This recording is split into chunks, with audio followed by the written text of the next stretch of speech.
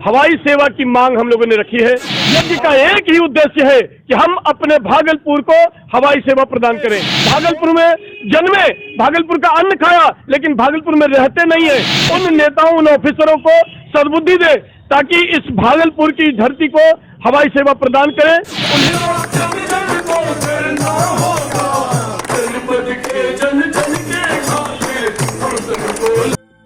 आखिर भागलपुर में कब बनेगा एयरपोर्ट? भागलपुर में हवाई सेवा शुरू करने के लेकर लगातार लोग अब प्रदर्शन कर रहे हैं। इसको लेकर भागलपुर एयरपोर्ट सेवा संघर्ष समिति लंबे समय से संघर्ष कर रहा है। पिछले 4 दिनों से घंटाघर चौक पर दीपनारायण सिंह प्रतिमा के समीप समिति की ओर से धरना दिया जा रहा है।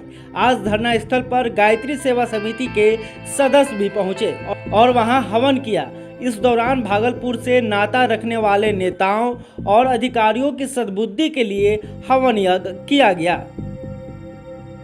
और शंखनाद करके भगवान से यह आह्वान किया गया कि जब तक विमान सेवा की शुरुआत नहीं होगी तब तक लोग अनिश्चितकालीन धरना और प्रदर्शन करते रहेंगे।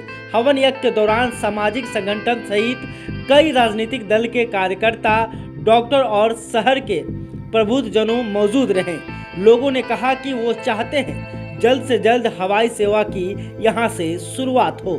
हवाई सेवा की मांग हम लोगों ने रखी है और हमारे भागलपुर को हवाई सेवा मिलनी चाहिए। इस हेतु हम लोगों ने यज्ञ भगवान से प्रार्थना करने के लिए यहाँ पर यज्ञ रचा है। हम सभी धरना करने वाले जितने भी भाई बहन हैं, और अभी तो आपको प्रत्यक्ष इतने लोग दिख रहे हैं, लेकिन अप्रत्यक्ष सैकड़ों, हजारों, लाखों लोग हैं भागलपुर के जो इस यज्ञ में उनकी सूक्ष्म आहुति पड़ेगी। सब लोगों ने यहाँ पर साइन किया है, आए हैं, अपनी उपस्थिति दर्ज की है और उन्होंने भावपूर्वक यह कहा है कि इस यज्ञ में हमारी सूक्ष्म आहुति मान लें। यज्ञ का एक ही उद्देश्य है कि हम अपने भागलपुर को हवाई सेवा प्रदान करें। कोई भी ऑफिसर इस काम में यदि सहयोग नहीं करते हैं तो उनको सद्बुद्धि प्राप्त हो, वह हमें हमारे भागलपुर को हवाई सेवा प्रदान करे, इसके लिए हवन कर रहे हैं। कई नेता यहाँ पे बड़े बड़े मंत्री हो गए लेकिन आज तक नहीं हो पाया। इसीलिए हम लोग यज्ञ कर रहे हैं कि जो भी नेता इस भागलपुर के अन्न को उनने खाया। इस भागलपुर में कई ऐसे नेता हैं जो पैदा हुए, पले बढ़े और जाकर के बड़े बड़े पदों को पा करके बड़े बड़े आलिशान घरों में रह रहे हैं, देश दुनिया में घूम रहे हैं, वो हर जगह से हवाई सेवा ले रहे हैं। भागलपुर में जन्मे, भागलपुर का अन्न खाया, लेकिन भागलपुर में रहते नहीं है, इसलिए क्योंकि वो यहाँ पर हवाई सेवा नहीं है। यदि वो हवाई सेवा यहाँ चालू करते हैं तो उनको भी ये लाभ होगा, लेकिन उनकी बुद्धि को कौन समझाए। इसलिए यज्ञ भगवान से प्रार्थना करते हैं कि यज्ञ भगवान उन नेताओं, उन ऑफिसरों को सद्बुद्धि दे ताकि इस भागलपुर की धरती को हवाई सेवा प्रदान करें, उन्हें भी लाभ होगा और जन जन को लाभ होगा। बता दें कि जनप्रतिनिधियों के आपसी खींचतान की वजह से भागलपुर से हवाई सेवा शुरू नहीं हो पाई। कुछ नेताओं ने हवाई सेवा शुरू कराने को लेकर दिलचस्पी तो दिखाई, पर सब कुछ सिर्फ बयानबाजी तक ही सिमट कर रह गया। कई कंपनियां भागलपुर से हवाई सेवा शुरू करने को लेकर आगे आईं, पर उन्हें सहयोग नहीं मिल सका, लिहाजा उन्होंने अपने हाथ पीछे खींच लिए।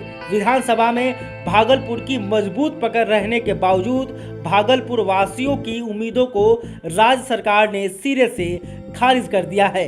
पिछले दिनों विधानसभा में विभागीय मंत्री ने साफ कर दिया था कि कोई भी विमानन कंपनी भागलपुर से हवाई उड़ान के लिए दिलचस्पी नहीं दिखाई है, जबकि हिमालय पुत्र एविएशन लिमिटेड ने भागलपुर से हवाई सेवा शुरू करने को लेकर पिछले साल दिलचस्पी दिखाई थी।